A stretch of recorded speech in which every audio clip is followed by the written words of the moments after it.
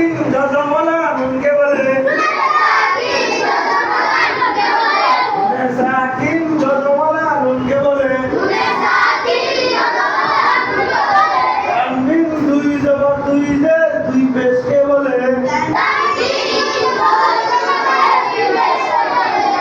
তানবিন দুই জবর দুই জের দুই পেশকে বলে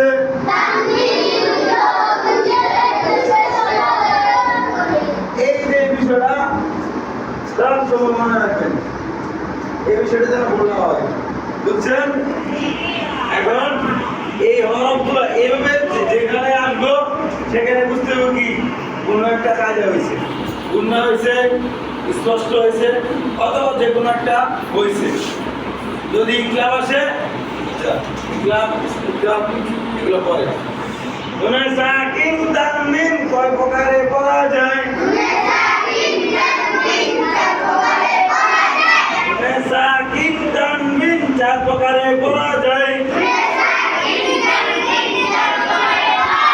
কি কি?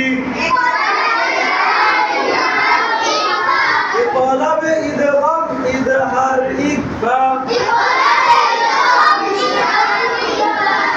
আচ্ছা, যদি এই চারটা থেকে আমরা প্রথমে কি করি একটা বলি। আচ্ছা, তাহলে তানবিন তো বুঝছেন নাকি? তানবিন বুঝছেন না? আচ্ছা, তাহলে আমরা ইকলাব করি। হ্যাঁ,